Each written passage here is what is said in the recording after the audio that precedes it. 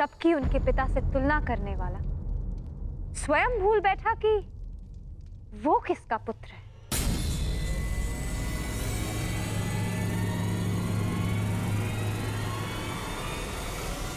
अंधे का पुत्र अंधा।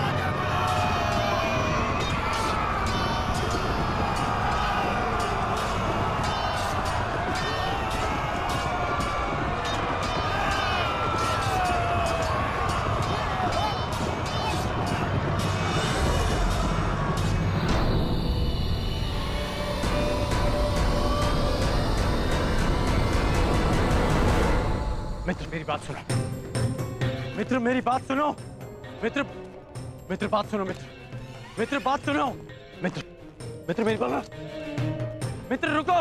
नहीं गण, ये रुकने का नहीं, प्रारंभ का समय है, प्रतिशोध का प्रारंभ। यद्यपि युधिष्ठिर को मैं सम्राट बनते हुए नहीं देख सकता था, फिर भी मैं आया, है ना? पर आज द्रौपदी ने मेरा अपमान कर दिया। कर मुझे अंधे का पुत्र अंधा कहा, मेरे पिता का अपमान कर दिया, इन पांडवों ने मेरा अपमान कर दिया। कर्ण, मैंने तुमसे कहा था कि मैं इन पांडवों का कभी आयत नहीं करूंगा, परंतु ये भी कहा था यदि किसी ने मुझे उकसाया तो मैं शांत नहीं रहूंगा। जो आज मेरे साथ में हुआ, जो पांचाली ने मुझे कहा, वो मैं कभी नहीं भूलूंगा और इन्हें भूलने भी नहीं दूंगा। इतिहास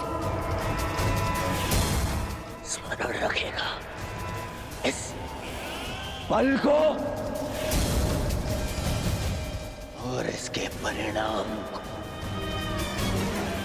इस सम्मान का मूल्य चुकाना होगा इस पांचाली को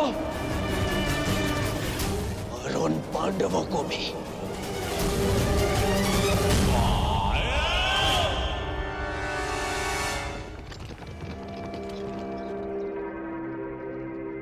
अंगराज,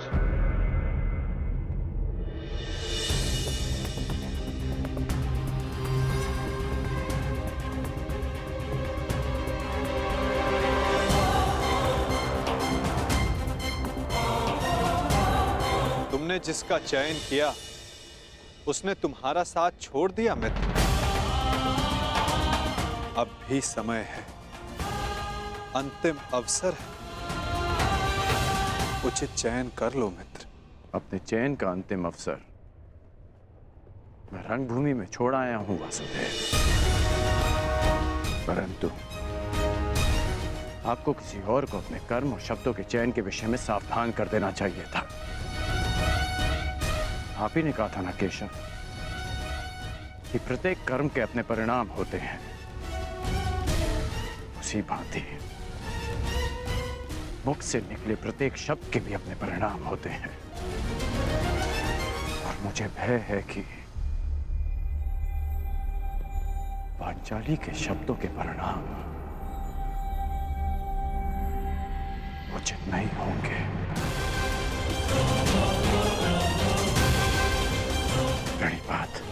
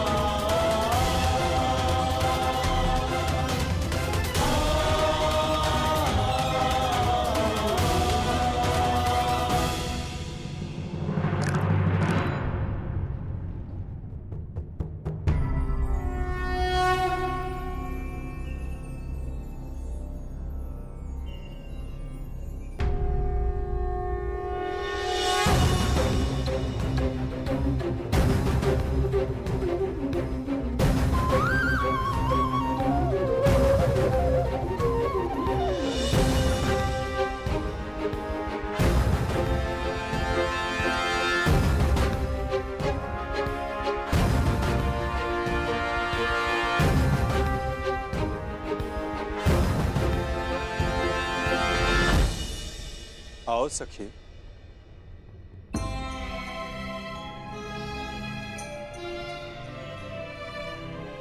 बिना मुझे देखे, बिना कुछ सुने आपने मुझे कैसे पहचान लिया सखा?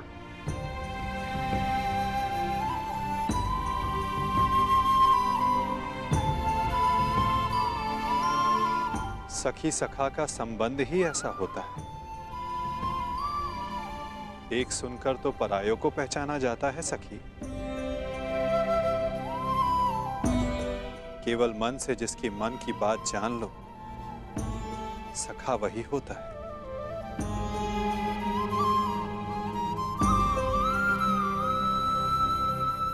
सखा, सखा आपके हाथ से तो अभी तक रक्त बह रहा है।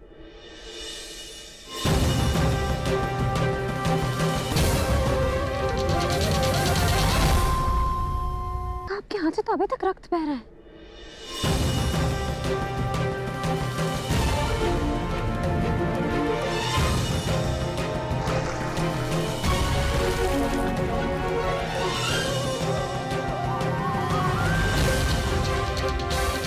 हाँ सखी,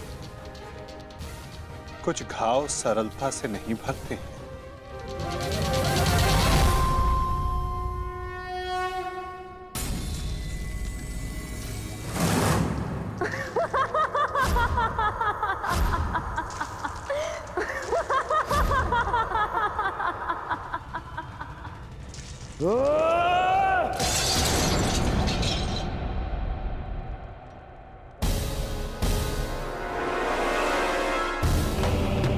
अंधे का पुत्र अंधा, अंधे का पुत्र अंधा,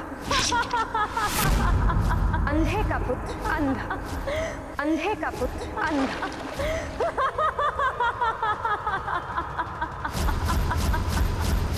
ये क्या कर रहे हो तुम? हट जाओ! मामाश्री, मामाश्री! रुकिए जेष्ठ! दिखाता घाव लग जाएगा जेष्ठ। तो मैं जानना चाहता हूँ कि ऐसा कौन सा घाव है जो उस घाव से ज्यादा पीड़ा दे सकता है जो पांचाली के वचनों ने मुझे दिया है।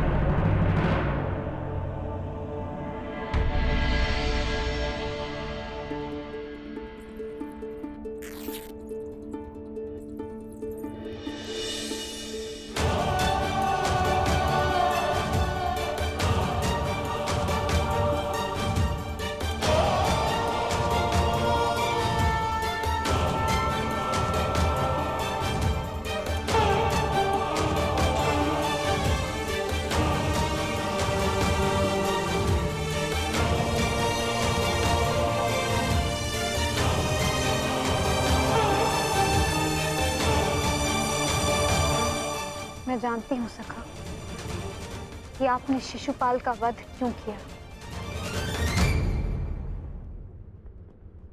इसलिए नहीं क्योंकि उसने आपका अपमान किया, परंतु इसलिए क्योंकि आपने मेरे अपमान का प्रतिशोध लिया।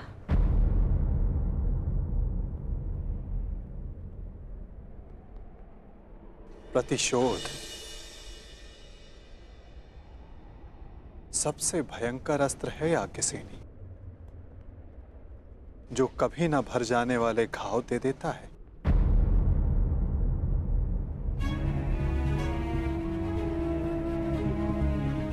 इसीलिए आवश्यक है कि प्रतिशोध से बचा जाए, और इससे भी अधिक आवश्यक है कि किसी के मन में प्रतिशोध जैसी भावना को जन्म ना दिया जाए, क्योंकि प्रतिशोध मनुष्य के विवेक को हर लेता है, भले बुरे की समझ छीन लेता है, नेत्र होते हुए भी मनुष्य को अंधा कर देता है। अंधे का पुत्र अंधा।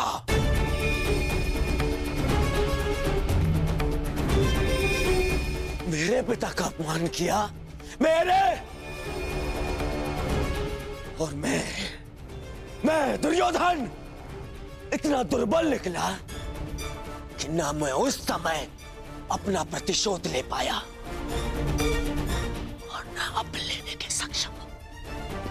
मामा, मुझे प्रतिशोध चाहिए, या तो मुझे प्रतिशोध दो मामा, या मुझे बेच दे दो। ये तो उस पांचाली के विद्रोह से छीनकर उसकी मुख पर सदा के लिए पीड़ा भर दो।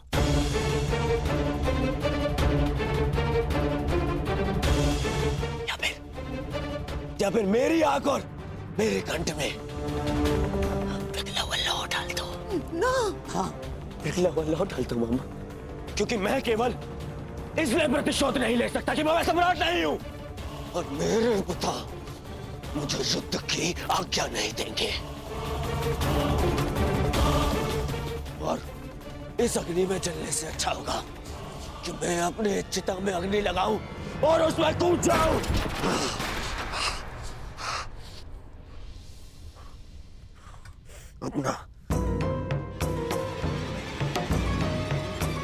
अपना कलंकित और पराजित मुख दर्पण में देखने से अच्छा है कि मैं अंधा हो जाऊं। रुकिए ज्येष्ठ, मैं आपको ये नहीं करने दूंगा।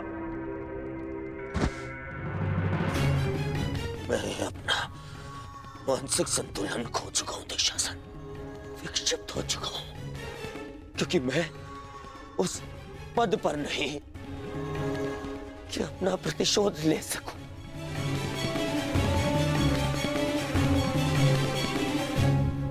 और मेरे पिता जो सक्षम है, उन्हें मेरे आंसू दिखाई नहीं दे सकते। हे ईश्वर, यदि यही मेरा प्रारब्ध था तो मुझे भी जन्म लेते ही अंधा क्यों नहीं कर दिया तूने? क्यों?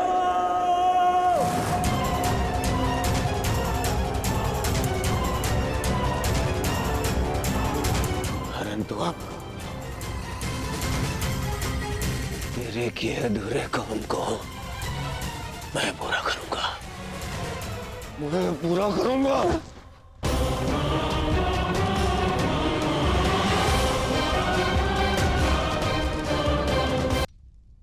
बस दुर्योधन, बस। मेरा दुर्भाग्य और मत बढ़ा।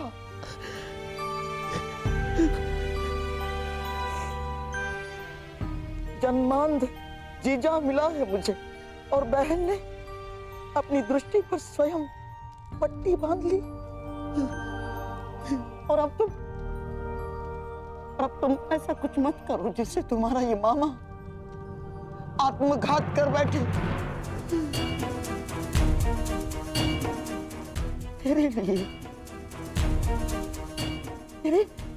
मेरे अधिकार के लिए। मैं अपना परिवार, अपना राज्य, अपना देश, अपनी भूमि त्याग कर आया हूं और अपनी बहन के घर में श्वान बनकर बैठा हूं।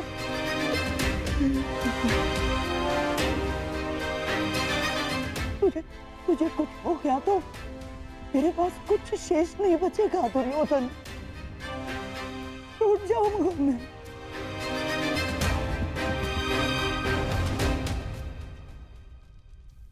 विध्वंस हो जाएगा मेरा, टूट जाऊंगा मैं।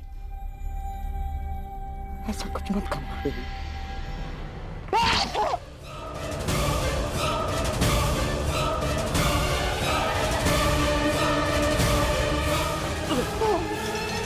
मामा, मामा, बरसों पहले मैं यहाँ आया था कि तुझे तेरा अधिकार दिला सकूं। मामा, उस अन्याय का त्राण कर सकूं जो गांधारी के साथ हुआ है।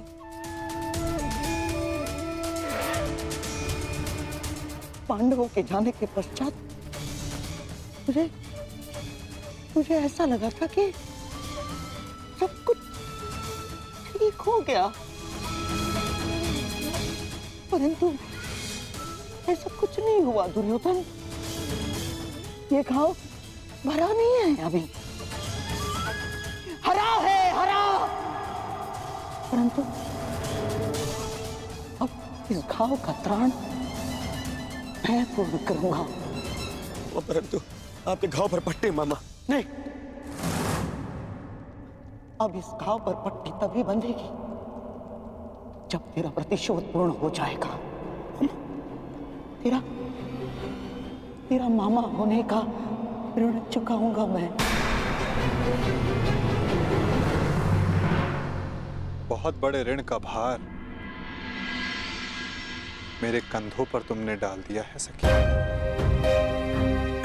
कामना यही है कि इस ऋण को चुकाने की कभी आवश्यकता ना पड़े। और यदि आवश्यकता पड़ी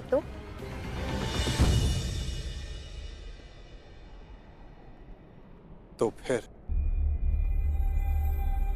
इस चीर के हर धागे का ऋण 100 गुना करके चुकाएगा तुम्हारा ये सखा।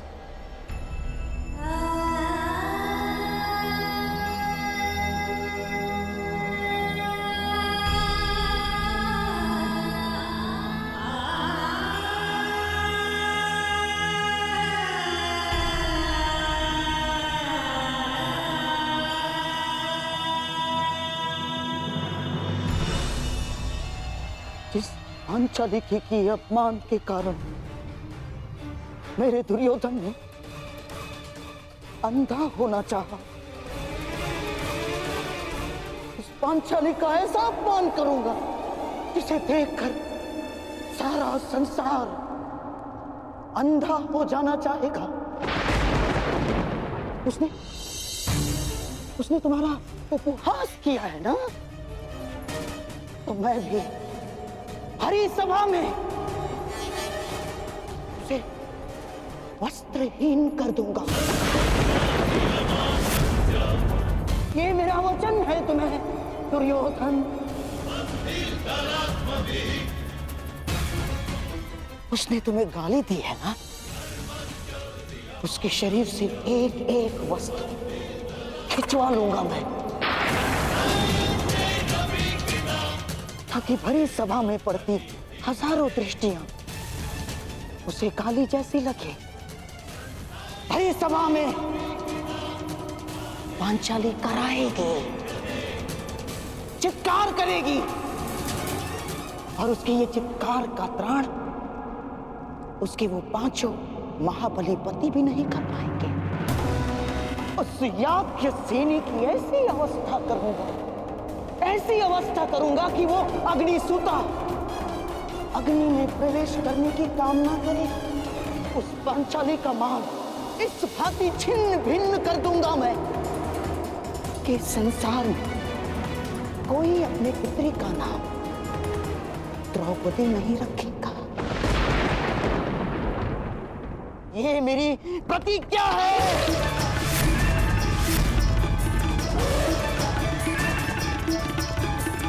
कहते हैं युद्ध भूमि में बाहर रक्त इतिहास बदलता है,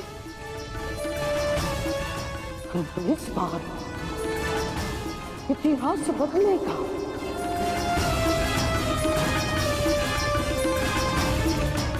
बिना रक्त बहाए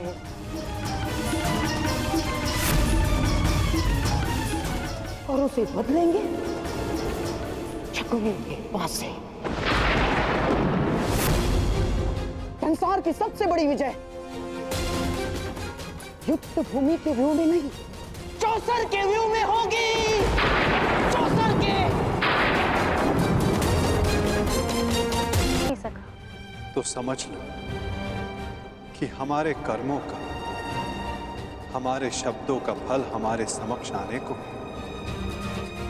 सृष्टि की धारा बदलने को है, और शीघ्र ही तुम्हारे समक्ष विकल्प आएंगे पांचाली, और सब कुछ विकल्प के चयन पर निर्भर करेगा। सखी, प्रत्येक मनुष्य की सबसे बड़ी शक्ति ही उसकी सबसे बड़ी दुर्बलता भी होती है, और धर्मशील की दुर्बलता उसका धर्म होता है। इसलिए प्रयास करना कि समय आने पर धर्मात्मा को दुर्बल पड़ने से रोक सको।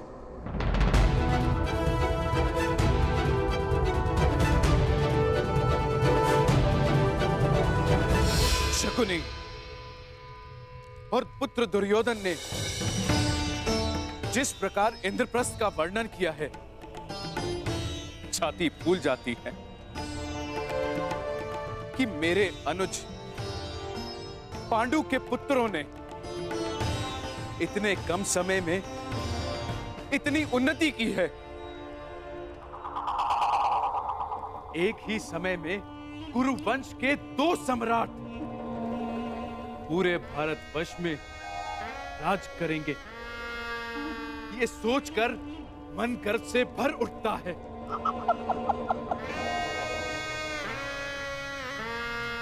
बस एक ही खेद है कि मैं,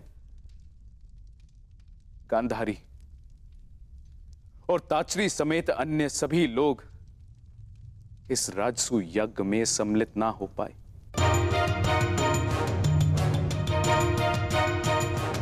इसलिए मैंने निर्णय लिया है कि सभी पांडु पुत्रों को हस्तिनापुर में बुलाकर उनका सम्मान किया जाए।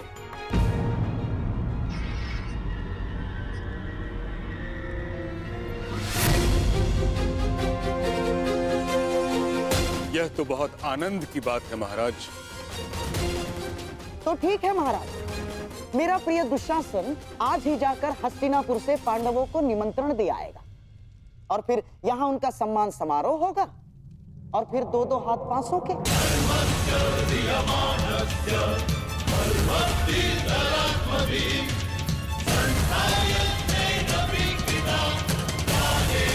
परंतु गांधार नरेश, सम्मान समारोह में युद्ध क्रीड़ा का क्या काम?